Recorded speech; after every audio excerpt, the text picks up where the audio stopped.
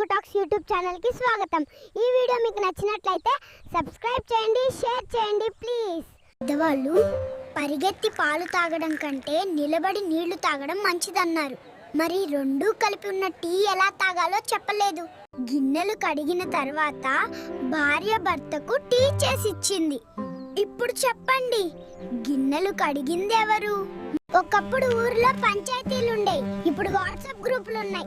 అప్పట్లో తప్పు చేసిన వారిని ఊరు నుంచి వెళ్ళేసేవారు, ఇప్పుడైతే వాట్సాప్ గ్రూప్ నుంచి రిమూవ్ చేస్తున్నారు. రాత్రి భార్యతో గొడవపడి అన్నం తినడం మానేమొద్ది, పొద్దున్నే పులిహోర అవుద్ది, తినేసి ఆఫీస్కి వెళ్ళడమే. ఇప్పుడు పిల్లలు పుట్టకపోతే పిల్లల్ని దత్తత తీసుకుంటారు కదా, అలాగే పెళ్లి కాకపోతే పెళ్ళాన్ని దత్తత తీసుకోవచ్చా ఫ్రెండ్స్? అదేంట్రా సమోసా బయటిదంతా వదిలేసి లోపలి కూర మాత్రమే తిన్నావు? డాక్టర్ గారు బయటి పదార్థాలు తినొద్దన్నారమ్మా. మేడం, మీరు ఎన్నిసార్లు వచ్చినా గంటలు గంటలు అన్నీ తిరిగేసి ఏమీ తీసుకోరెందుకు? నేను తీసుకుంటాను, మీరు పట్టించుకోరు అంతే.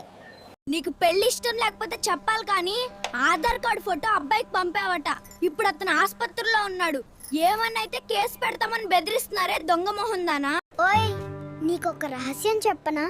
లవ్ వల్ల బాగుపడినోడు ఎవడైనా ఉన్నాడు అంటే ఈ డైరీ మిల్క్ ఓనర్ గాడు మాత్రమే. 100 మందిలో 90 మందికి పైగా భర్తలు రోజు వినే మాటే ఇది.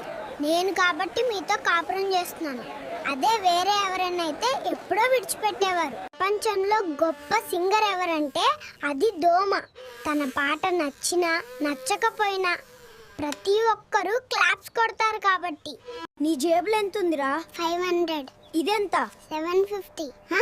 తేడా ఎంత? 250. నువ్వు ఎదవైతే నేను ఎదవన్నారా? ఎదవని. అన్నంలో వెంట్రుకొస్తే కోప్పడేవాడు కాదురా భర్త అంటే.